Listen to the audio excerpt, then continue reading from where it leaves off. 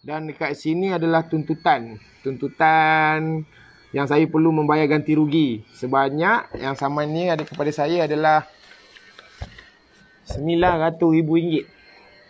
Saya disaman balu RM900,000. Saya perlu membayar RM900,000. Jadi selama hari ni saya diam bukan sebab saya takut nak kena bayar RM900,000 ni ke. Saya rasa macam takut kita salah ke, tak. Bukan. Sebab kita dalam mood bersabar. Lagi satu kita mood tengah tak cantik keinginan keluarga. Tapi itulah, 15 hari ya. Dah kena saman lah ya saya. Kan. Okey, tapi dekat sini saman-saman dia, contoh. Saman-saman dia saman saya. Saya memfitnah beliau mengambil duit dalam dompet arwah, serta mengambil kad-kad bank. Allahyarham sudah dipersetujui dibahagikan mengikut faraid. Lepas tu dia saman saya berkenaan kami, maknanya dia menuntut backfire. Dia kata saya fitnah dia lah, yang dia tuntut kereta backfire milik arwah. Maknanya dia kata saya tuduh dia tuntut backfire dan merupakan fitnah, dia kata. Dan ketiga, bahawa anak guang kami telah menuntut kereta Myvi milik Allahyarham. Maknanya dia kata saya fitnah dia ambil kereta Myvi. Lepas tu fitnah pasal bawa anak pergi klinik. Lepas tu fitnah menyebarkan nombor akaun. Fitnah dia telah mengambil kesemua duit disimpan, jam-jam tangan berjenama mahal bernilai ribuan ringgit Allahyarham punya barang. Maknanya ibarat katanya saya memfitnah dia ambil. Padanya katanya dia tak ambil. Lepas tu satu lagi, saya fitnah yang keluarga dia dengan dia telah memburuk-burukkan keluarga saya. Itulah semua dia punya saman saya lah. Tapi sebenarnya saya nak tegaskan dekat sini, isu saman semalam tu bukan saya menyaman dia, saya membalas saman dia. Selepas saya disaman, selama 6 bulan lebih ni bukan saya diam, bukan saya takut. Sekali lagi saya tegaskan, bukan saya takut. Sebab saya tengok perjalanan game ni. Sebab saya seronok tengok game ni. Bila game macam ni kita seronok tengok. Personal saya suka tengok macam ni. Lepas tu, bila kita dah jawab, saya terpaksa ambil lawyer untuk jawab kes ni. Dan 3 kali juga surat saman ni sampai. Jadi saya terpaksa ambil lawyer untuk selesaikan kes ni. Dan itulah, bila saya berjumpa dengan orang-orang yang lebih memahami benda ni, ustaz-ustaz yang lebih faham benda-benda macam ni, keluarlah satu benda yang saya pernah tekankan dalam diri saya adalah sabar. Pasal video Ali Shukri, Balu, cerita itu macam, ini macam, itu macam, cerita itu ambil tak dapat, keluar semua. Sampai saya kena maki tu, 7 keturunan, turun balik, naik balik 7 keturunan. Kena balik. Kan? Tapi saya senyap je, bukan sebab saya takut, tak. Marah tu marah lah. Tapi kalau especially orang kita, orang Melayu maki saya okey. Sebab selama hari ni, sampai hari ni pun saya jumpa orang kat luar, saya tak pernah nampak orang maki saya. Orang ambil gambar, suruh promo kedai, suruh upload gambar video datang kat kedai dia, itu banyak. Tapi untuk orang yang bercakap maki amun depan saya, tak ada. Maknanya saya tahulah orang yang bercakap tu hanya berani bercakap di laman sosial. Tapi berdepan dia takkan berani cakap. Kan ada satu saya jumpa hamba Allah tu, Ali, anak saya nak ambil gambar, anak umur 3 tahun. Macam mana anak dia kenal saya? Saya cakap habislah, anak nak ambil gambar ke abang nak ambil gambar? Jujur lah kan. Tapi tak apa, benda tu kecil punya hal. Cuma yang jadi hal bila mak saya lah kena maki amun semua tu, bini saya anak dalam perut. Tapi saya ingat benda tu dah jadi habis, settle. Sebab kita dah jawab saman dia, kita dah tunjuk bukti-bukti segala saman, apa semua saman tu semua okey lah. Hantar pula lagi saman. Allah, banyaknya saman. Maknanya macam kita ambil exam tu benda ni. Yang ini pula saman baru ni, baru sampai 5/8. Mahkamah Tinggi Syariah Shah Alam, saman nombor berapa ni, banyak nombor ni. Balu, mak Balu menyaman ibu saya pula, defendant. Udahlah kau saman aku, kau saman pula mak. Ni Sabaria binti Arsyad, defendant, mak. Mak yang berkursi roda tu, mak arwah abang yang berkursi roda tu, saman. Yang saman Balu, yang saman mak dia sekali, saman mak saya. Saya cakap, ya Allah ya Tuhan, saman apa lagi? Kan, isu yang saman saya pun tak selesai lagi. Sekarang saman mak saya pula. Benda yang paling besar kat sini, orang tengah hebah mengatakan saya ni adalah itu harta dia, bagi je lah. bagi je lah harta dia. Saya senang. Benda tu senang. Saya tak ada hak pun dalam harta-harta arwah ni. Cuma ni, di sini saya terpaksa tekankan. Lagi satu, saya terpaksa bagi penjelasan penuh. Sebab saya rasa dah cukup kot saya simpan dalam hati. Bukan saya nak buka aib siapa-siapa, tak. Saya rasa macam dah rasanya dah elok kot saya bercakap lah benda ni kan. Sebab selama ini diam je, malah nak bising-bising. Berkenaan isu faraid. Berkenaan isu faraid yang mengatakan satu Malaysia, terutama orang Melayu tengah maki apun saya. Sebelum ni saya makan harta anak yatim, saya makan harta arwah abam, kesian anak arwah, kesian balu arwah. Saya ambil semua segala-galanya. Okey, kat sini saya buktikan ya. Ini adalah tuntutan daripada Fadilah Siddiq and Associates. Ini adalah di dalam Mahkamah Tinggi Syariah di Shah Alam, Saman, nombor sekian-sekian. Siti Nur Hidayah binti Muhammad Ali, pemohon. Maknanya, orang kata saya berkenaan isu faraid tu, bukan saya tak nak uruskan faraid tu. Sebab hari ke-15 pun dia dah saman saya. Bila dia dah saman saya dekat sini, saya macam mana saya nak buat faraid?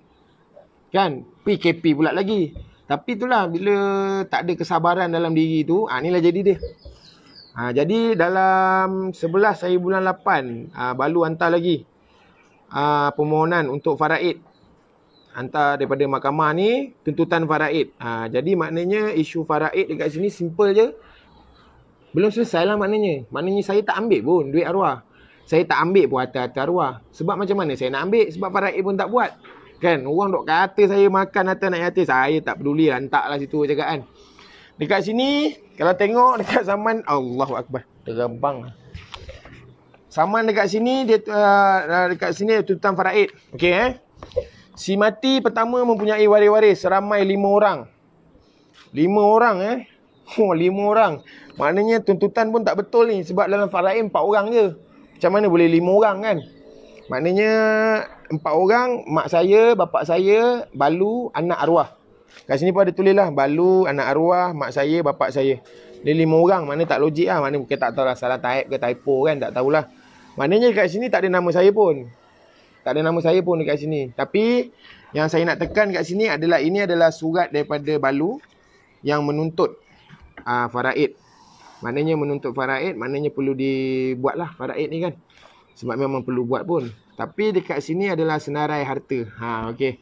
Ini yang paling best. Sebab orang Malaysia selama hari ni mungkin tak tahu kot. Mungkin orang Malaysia, orang Melayu kita ni hanya menghentam, hanya memaki, hanya menghamun. Itu je lah kerja orang kita ni sekarang. Saya terpaksa cakap jujur je lah benda ni.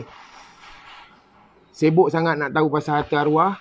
Sibuk sangat nak tahu berapa banyak duit harta arwah. Sibuk sangat nak tahu saya makan berapa banyak. Kan? Menuduh saya makan berapa banyak pun saya okey. Saya no hal. Okey, kat sini adalah tuntutan daripada Balu. Okey Balu Sebuah tanah dan rumah yang beralamat dekat sini RM300,000. Sebuah kereta jenis Toyota Velfire RM300,000 pun saya gelak juga sebab Velfire tu arwah beli RM180,000. Kan Velfire lama tu RM180,000 tapi tuntutan harta kat sini sampai RM300,000. Oh, mungkin arwah pakai Velfire robot kot. Tapi tu yang saya pelik juga ah.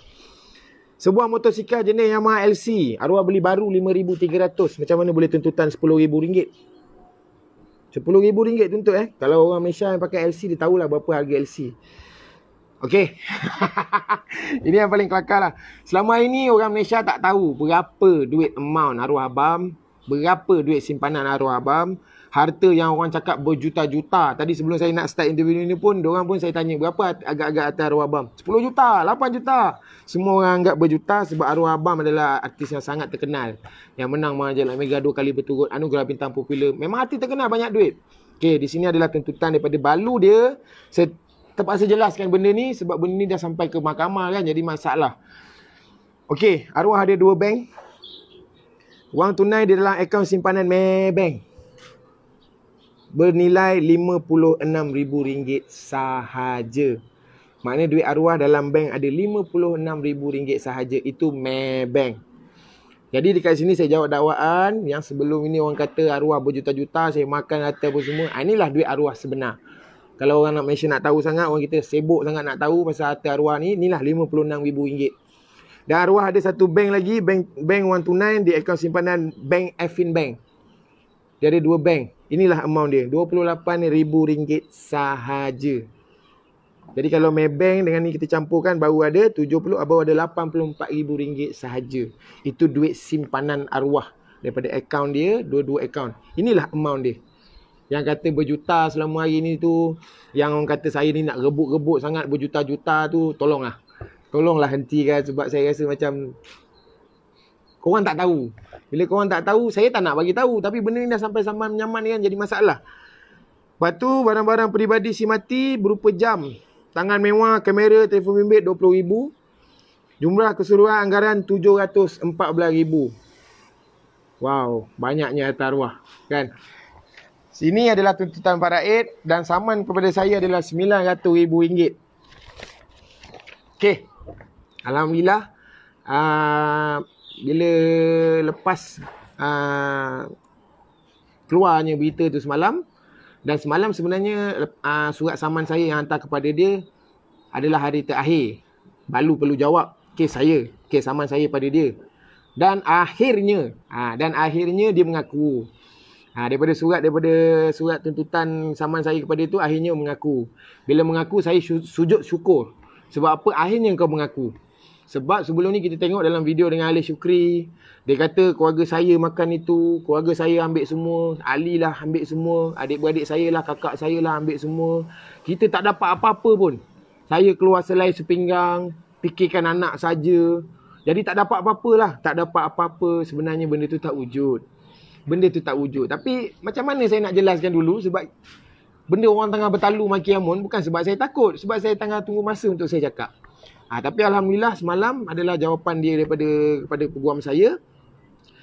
Maknanya dia kata keluar selai sepinggang tu tak wujud.